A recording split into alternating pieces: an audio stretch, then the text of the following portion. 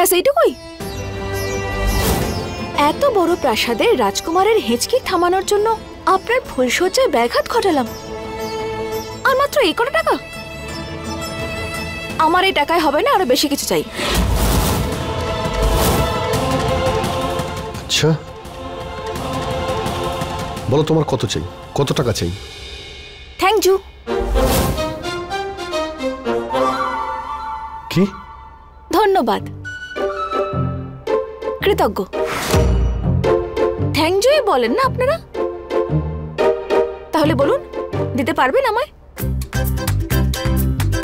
আমি ভালো করে জানতাম আপনার এই মহান রাগ না এত তাড়াতাড়ি যাবে না।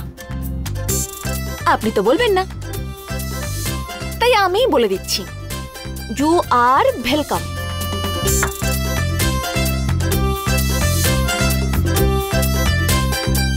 দাঁড়াও, তোমার কি মনে হয়েছে তুমি আমার সঙ্গে ঘরে ঘুমোবে? চলো তোমাকে তোমার জায়গা আমি দেখাচ্ছি। ত্রিশালা, তুই ঘরটার কি অবস্থা করেছিস সেটা? তাহলে কি করব? কি করব আমি? এই বিছানাটাতে শুধু আমার অধিকার ছিল। আবিরের সময়, আবিরের ভালোবাসায়, আবিরের সঙ্গে শুধু আমার অধিকার ছিল। আর এই 2 টাকার মেয়ে বিধি এক এক করে আমার সব অধিকার কেড়ে নিচ্ছে। আর আবির দেবতা হয়ে যাচ্ছে। বিয়ের আগে ও আমাকে এই অধিকারটা দিতেও পারছে না, আর আমাদের বিয়ে কোনো না কোনো কারণে প্রতিবার আটকে যাচ্ছে। কি করব আমি? নিজেকে সামলা। দেখ, আমি তোর অবস্থা খুব ভালো করে বুঝতে পারছি, কিন্তু আবির তোর এই রূপ এর আগে কখনো দেখেনি। ও শুধু সেই ত্রিশালাকে চেনে যে ওর কেয়ার করে, ওর অসুবিধাকে যে বুঝতে পারে। আর আবির যদি তোর এই রূপটা দেখে ফেলে তো ওর তোর থেকে দূরে চলে যাবে না, আর ওই বিধির কাছাকাছি। Just shut up, Mom!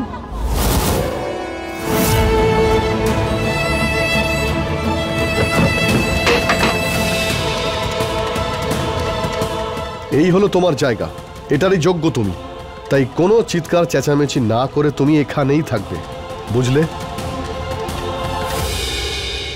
আবির আমার থেকে দূরে যেতে পারবে না। এই বিষয়ে তুমি আমায় কোনো লেকচার দেবে না। এই সব যা ঘটছে তোমার ভুলের জন্যই ঘটছে। তুমি শুধু পাওয়ার আর টাকার কথাই বলো, কোনো কাজ করতে পারো না। তুমি যদি বিয়ের আগে বিধিকে নিজের জায়গায় পৌঁছে দিতে পারতে তাহলে আজকে এটা ঘটতো না। তোমার ভুলের জন্য আমার জীবনটা নষ্ট হয়ে যাচ্ছে, আর তুমি এখানে এসে লেকচার দিচ্ছ। আমার না বাবার কথা ভীষণ মনে পড়ে। বাবা যদি এখানে থাকতো না তাহলে এইসব কখনোই ঘটতো না। বাবা এইসব ঘটতে দিত না। কিন্তু ভাগ্যটা দেখো, আমার কাছে বাবাই নেই, মা আছে।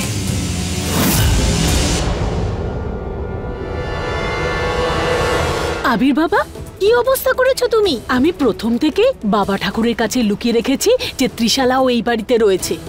আর এখন যদি বিধি এখানে থাকে তাহলে সব জেনে যাবে আর আমাদের হাত থেকে সব বেরিয়ে যাবে।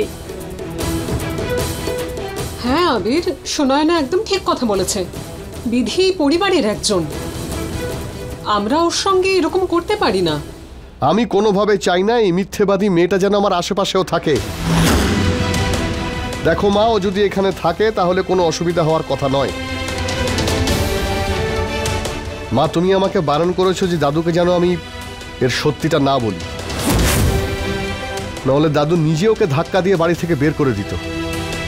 এর সঙ্গে এক ঘরে থাকা তো দূরের কথা, আমি এক মুহূর্ত একসঙ্গে কাটাতে চাই না।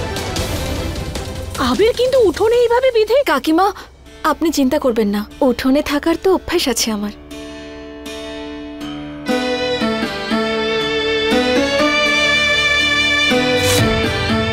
আর তুলসী দেবীও তো আছেন এখানে। উনিও এই বাড়ির বউ, সধবা। উনি বাড়ির উঠোনে থেকেই উনি বাড়িকে রক্ষা করেন, আগলে রাখেন, বাড়ির সবার মঙ্গল করেন। এখানে আমি একা থাকবো নাকি? উনি আছেন আমার সঙ্গে। আর আমি কাউকে কিচ্ছু বলবো না, আমি কোথাও যাবও না। যদি আপনারা চান আমি ঠাকুরদা মশাইকে কিচ্ছু না বলি তো কিছু বলবো না।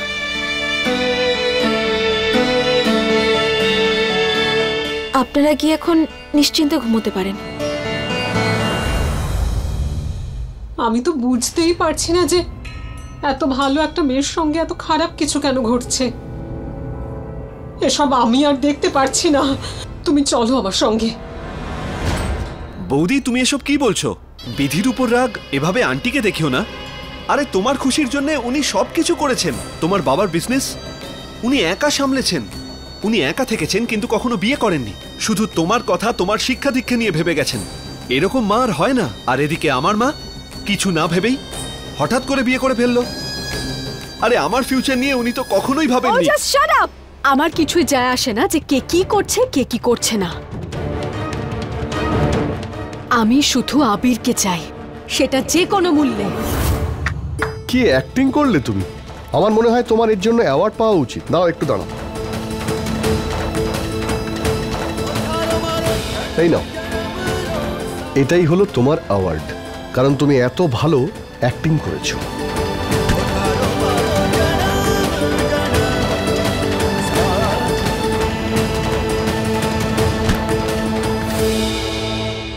এই অ্যাওয়ার্ড না আপনি আপনার কাছে রাখুন, আপনাকে ভালো মানাবে। এমনিতেও আপনি এর মতনই করা। আর থ্যাংক ইউ আমাকে এই উঠোনে নিয়ে আসার জন্য। আমার না উঠোনে শোয়াই বরাবরের অভ্যেস, খোলা আকাশের নিচে। এমন মনে হবে যেন আমি নিজের বাড়িতেই আছি। না হলে আপনার ঘরে না দম বন্ধ হয়ে আসছিল আমার। তাহলে এনজয় করো এই খোলা আকাশে টিম টিম করা তারা আর মশাদের মাঝখানে, আর মোটা মোটা টিকটিকির সঙ্গে। টিকটিকি এখানে? মরে যাবো তো। I love you two.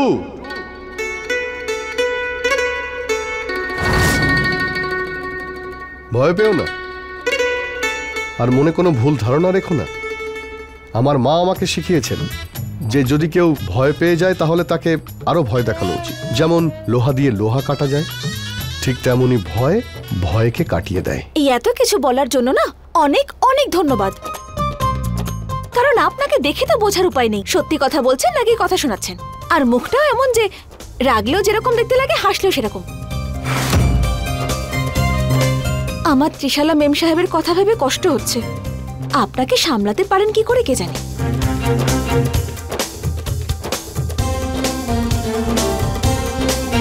গেছেন প্রলয় বাবু, এবার আমি শান্তি পেয়েছি। এবার শোয়ার ব্যবস্থা করি আমি।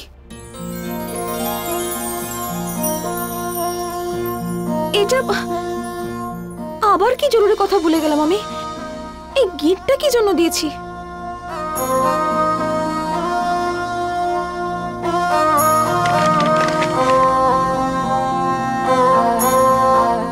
মাকে ফোন করিনি।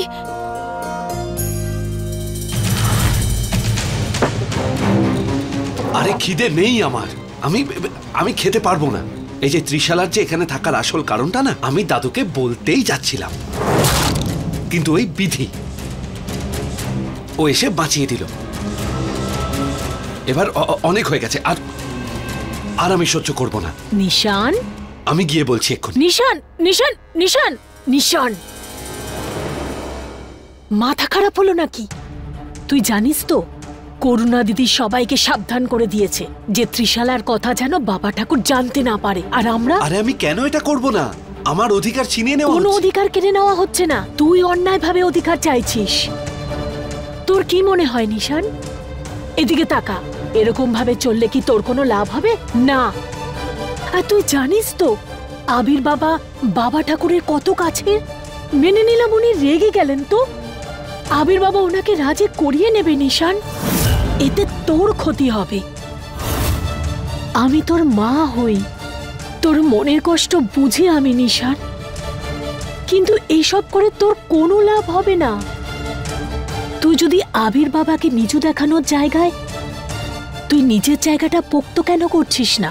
একটা কাজ করো, তুমি বরং একটা বালিশ আমাকেও দাও। তোমার এই কথা শুনে না আমার ঘুম পেয়ে যাচ্ছে।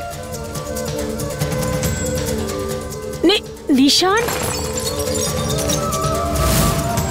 হে ভগবান, আমার শুধু এটাই প্রার্থনা যে निशान बाबा যেন আমার কথাটা বোঝে।